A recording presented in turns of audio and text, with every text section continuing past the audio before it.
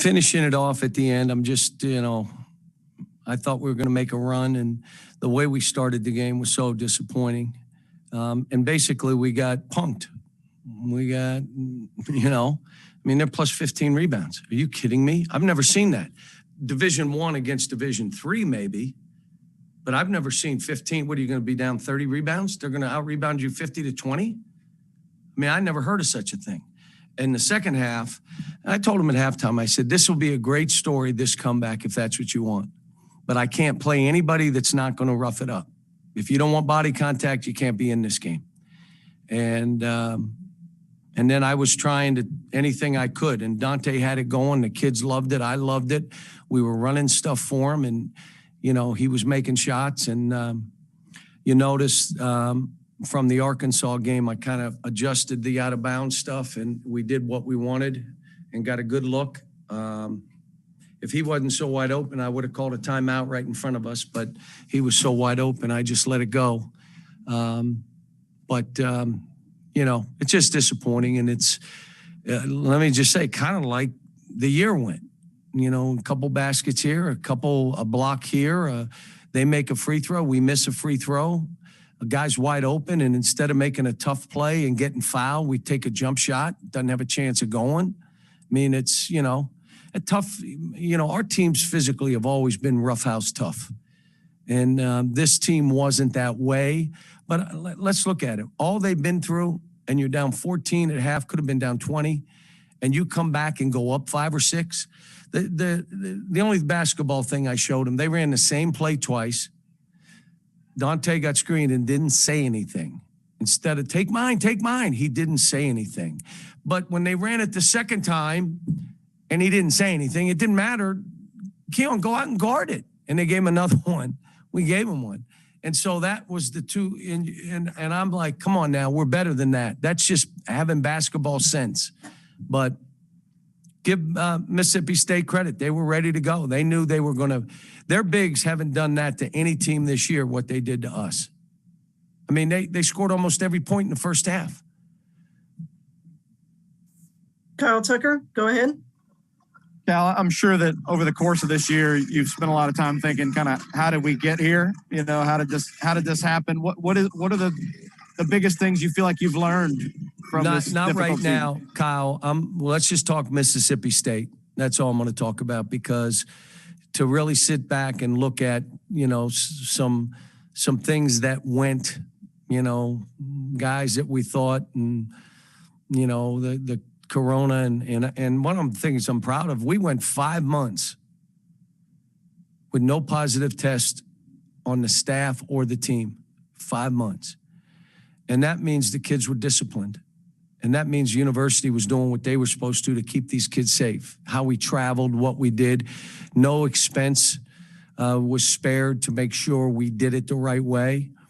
But again, this is having a brand new team without Keon, without Terrence, and trying to do this, and then playing one of the best schedules in the country doesn't bode well for what was going on. And what's sad? We were a couple wins away from being a team, even with a bad record, 2 or 3 wins. And you're right there with all the numbers that they're saying, all these teams in the NCAA tournament. But you know what? At the end of the day, you got to win games, and you got to be tough, and you got to play winning basketball, not just basketball. I'm either going to get fouled, or it's a shot I can make, or a shot someone rebounds. Defensively, I'm not breaking down and fouling and giving them a chance to beat us on the foul line. Ain't happening. That's not winning basketball. And we were never able to get fully engaged in that. But I'll say this. All these kids have been through, and they never stopped. They gave us an effort every night in practice, every game.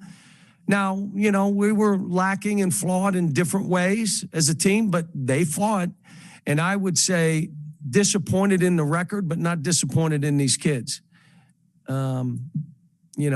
Not disappointed in them. Just, we weren't, what we thought we could be at some different spots, but, we'll address that when the season's over, or when this winds down, I should say. Cal, just to follow up on that, you were talking about all the obviously there were lots of things out of your control this year in terms of COVID. Do you think that had the bigger part in how this played out, or are there things about the program that need to be adjusted moving ahead? Well, we'll look at it later. This is more about this game. Larry Vaught, go ahead. John, if you could, it looked like Dante was playing with more confidence and movement and everything than what he had in recent weeks. Was that just because he made a shot or two early, or is that just what you'd been seeing was coming again from him? Well, we saw it in practice. I mean, they're the only two people in our practice, Goose and Tom, and they watch. And if a kid goes 1 for 12, they're sitting there watching. No one else is in there. But all of a sudden, he starts making shots again, and you see it. And I went on a radio show and said he was on fire for a first time in a month and a half. And so it was kind of like we played transy, and he went on fire, and you got to see it. But the person that got to see it more than anybody else was Dante. And the greatest thing for him, these players cheered him on. They wanted him to shoot. They were begging him to shoot. And what a great thing for a team like this. And I'll be honest with you, they were good with Terrence. And they knew some of their minutes were going to go down if I tried to play Terrence, but they were fine with it. They were cheering him on. Jerry Tipton, come to you next. John, it's kind of a two-parter, but how did you think Terrence Clark performed for you, given not being out there for so long? And Brandon struggled, it seemed. How difficult was it as a coach to not know what you were going to get from players game to game? That was a tough one for this year, but again, let's just talk no summer, no fall, 10 new players who'd never played together, no Keon. You're 6 games in, 8 games in, whatever it is, and no Terrence Clark. And what I tell you about Terrence, he was fine until he got a little winded, and then there was a play, the ball bounced near him, and he had no chance of getting it because he couldn't even move to go get it, and that's when I took him back out. It's not fair to put him in and then have him make a play that we lose. It all was coming back to effort and intensity at the end anyway. But I thought he did fine, and it's a heck of a thing that he wanted to try to play to help our team. And he knew if we had 4 games in 4 days, he was going to be needed. John Clay, go ahead. John, you talked about how Mississippi State inside, the way they dominated around the rim. Was that just a toughness issue, or was Mississippi State doing things to get the ball inside on you easily? We had worked for a few days about sitting on the post, basically fronting the post. And in the first half, we just stood behind the post. And we don't weigh enough. We're not tough enough. So they would turn shoulders into you, elbows into you, move you, and just lay the ball in. We're not, he weighs 260. Argay weighs 195. And so we said, you got to sit on him. You got to get around. You got to, what happened in the second half was we started switching ball screens. So when you watch what was happening, they were going ball screen. We just switched everything and had our bigs guard their guards and our guards guard their big until we could switch back. And that's where we made a run on them. But in the first half, they were driving it down and throwing it to the post. Our guards got beat on the dribble, and then they were dropping balls to the post, and we were standing behind. The other one is they rebounded. So when you talk about how they scored, they probably scored 7, 8 baskets by just offensive rebounding where we just couldn't come up with balls. Michael Bennett, go ahead. John, it seemed like the first half that you obviously got out-rebounded, out-replayed in the paint, and Mississippi State was just owning it, and there was no sense of urgency on the team. I'd like to know what you said at halftime to totally turn this around, and then what did you say after the game was over and the disappointing loss? At halftime, the staff was going crazy a little bit. I walked in, I said, just stop. This ain't about us. This is, if they want to do this, they'll fight. And we're going at you in the post. And you're going to either prove you're tough enough or you're not. We talked about, do you understand that if we get this close, you're going to watch a different game? I talked about, all right, I'm starting Dante this half. Jacob, he's just too physical a game for you. Can't play in this game. And so now we went with him, and the team was kind of jacked that we did it. But the reality of it is we fought. We threw it into the post. We weren't trying to shoot jumpers. We're coming at you just like you're coming at us. And then a couple things. And then after the game, I just said, look, I'm just going to go two things. One, the two plays that they ran in a row for the three that we did not speak, not one word. And then when they did it a second time, you didn't have to speak. You knew what was coming, and you still let them get the shot off. I said, now, the way you fought, the way you came back, man, I'll tell you what. I can't begin to tell you how it made me feel to watch you do that. I said, but again, what you're going to learn in this sport, if you physically can't do it, then you're not going to be able to do it. So you can skills, bounce it, do your thing. If you physically can't do it, you can't do it. And this was a great lesson. And sometimes you can physically do it, and I'd rather not because it's kind of rough and guy hits my body, so I'm just going to push instead of wedge. He drives. I'm going to back away from him and give it. If I have to offensive rebound, he may touch me, so I'm going to stay out here.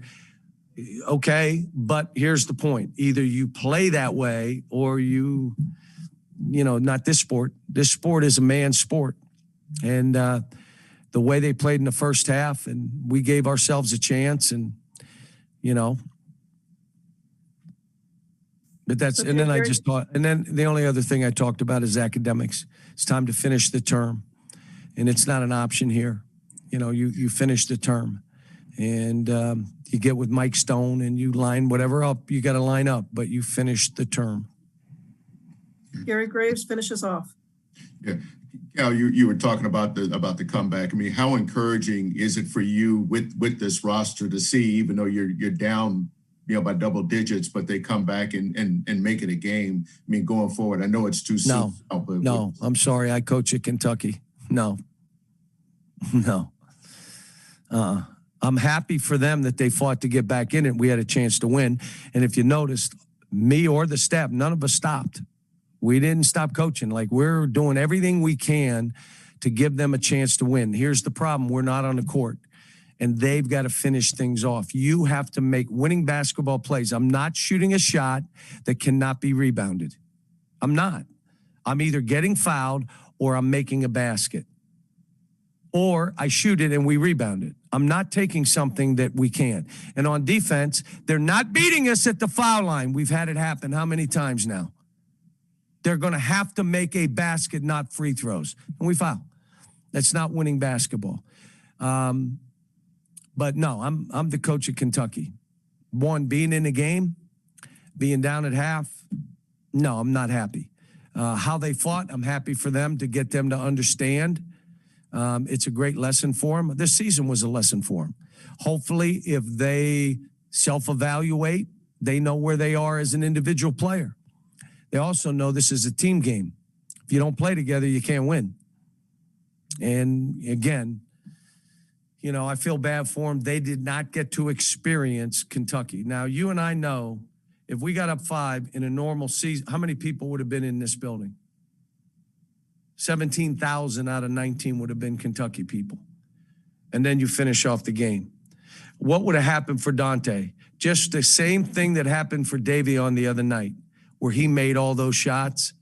This place would have been going. They didn't get to experience it. They only experienced the other side. You lose here, you struggle at home. Come on, man. We lost, 4 or 5 home games or more? We don't lose at home. We haven't lost that in my entire time here. This experience for them, they've been cheated. But you know what? I'll say this. They could have taken better advantage of the opportunity that was here playing-wise. And I wish I could have helped them more. I wish I could have done more. I wish I could have thought of different things. But I will say, I walk away knowing that the staff and I, we worked and never stopped for these kids. And it was about them. We never took it personal. I'm not looking at it like my record. I don't care about that. I don't care what my record is forever. I don't care. This is about how do we help kids? How do we get them prepared for life, for basketball, for life after basketball? How do we get them prepared as a man, as a father, as a husband? How do we do this? What do we do together to do this? And I think these kids were cheated in one way and weren't cheated in another way. Going through this is one of the great life lessons that they're going to have, that they survived it and they had their chance. If we win this, who knows what could have happened. You know what? They had their chance. And when you let stuff go, you learn to fight more. Somebody's going to die, them or us. Well, you must be okay if it's you, because you're going to take a shot or you're going to foul, or you must have been okay that it was you to die. My teams historically played like if they lost, they were going to the electric chair. This team did not. Times we did, but maybe physically, we weren't capable of that. But you know what? Here's what I would say. For them to play how they started that game and then to play the second half the way they played says something about them. They never quit on anything. They didn't quit one time this year. Thanks. Thank you, Coach.